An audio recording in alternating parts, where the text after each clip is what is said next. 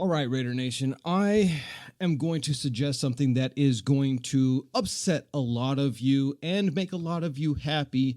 It just depends on what side of the fence you're on. We're going to be talking about a crazy trade that the Raiders absolutely should be considering right now if we have any semblance of hope of salvaging this season and seasons to come. All that and more on today's episode of the Raider Podcast. All right, guys, I'm not going to waste your time or mine. I'm going to jump right into today's video, and that is with a crazy trade idea that I've come up with all on my little lonesome here on the YouTube universe about Davante Adams and a trade with the Atlanta Falcons for Michael Pennix Jr. Ooh, I know that's got the comment section fired up already. Wow. Let's get into why this actually makes sense and that the Raiders should actually take a gander at a possible trade like this and why the Atlanta Falcons would actually be interested in a trade like this. So let's start out with Davante Adams. Davante Adams is one of the best wide receivers in the NFL, no doubt. However, as Sunday's game against the Chargers showed us, it doesn't matter if you have the best wide receiver in the NFL. It doesn't matter if you have the best defensive end in Max Crosby in the NFL. It doesn't matter if you have one of the best defenses in the NFL. If you don't have one of the best quarterbacks in the NFL, you got nothing.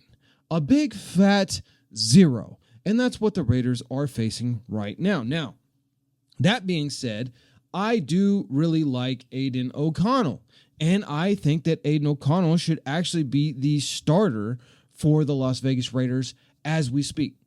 But he's not.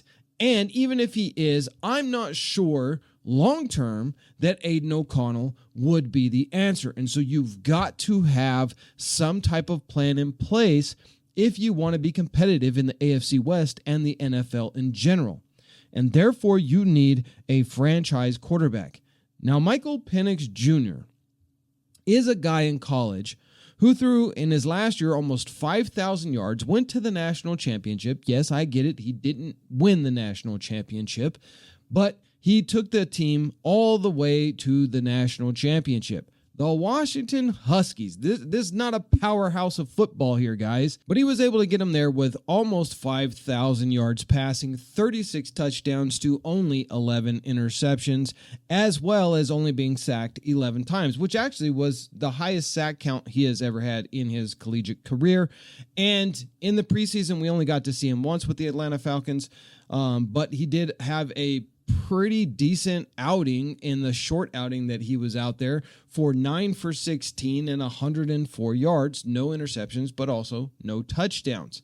Michael Pennix Jr. is a gunslinger of the ball. Now, my only gripe with him is that he's a lefty, and that's going to change some things up. However, it might actually be okay because a lot of lefties have had a lot of success in the NFL. We know this.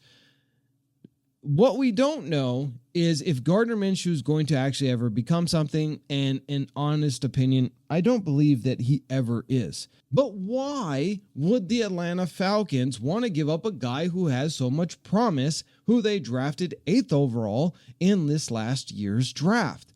Well, because they've got Kirk Cousins, who they're paying a boatload of money to, and he is their franchise quarterback for the next several years. And so you're wasting a first-round draft pick by having Michael Pennix Jr. sitting there doing absolutely nothing. That's not why you draft a guy 8th overall. You draft a guy 8th overall because you expect him to get in and start playing relatively quickly. And that's just not going to be the case when Kirk Cousins is on that team and he's locked into that team for a couple of years. So the problem that Atlanta Falcons have is they have two very talented quarterbacks, one who doesn't cost very much, one who costs way too much, and nobody's going to trade for Kirk Cousins, so you got to stick with Kirk Cousins. But you also don't have a true number one wide receiver in the Atlanta Falcons.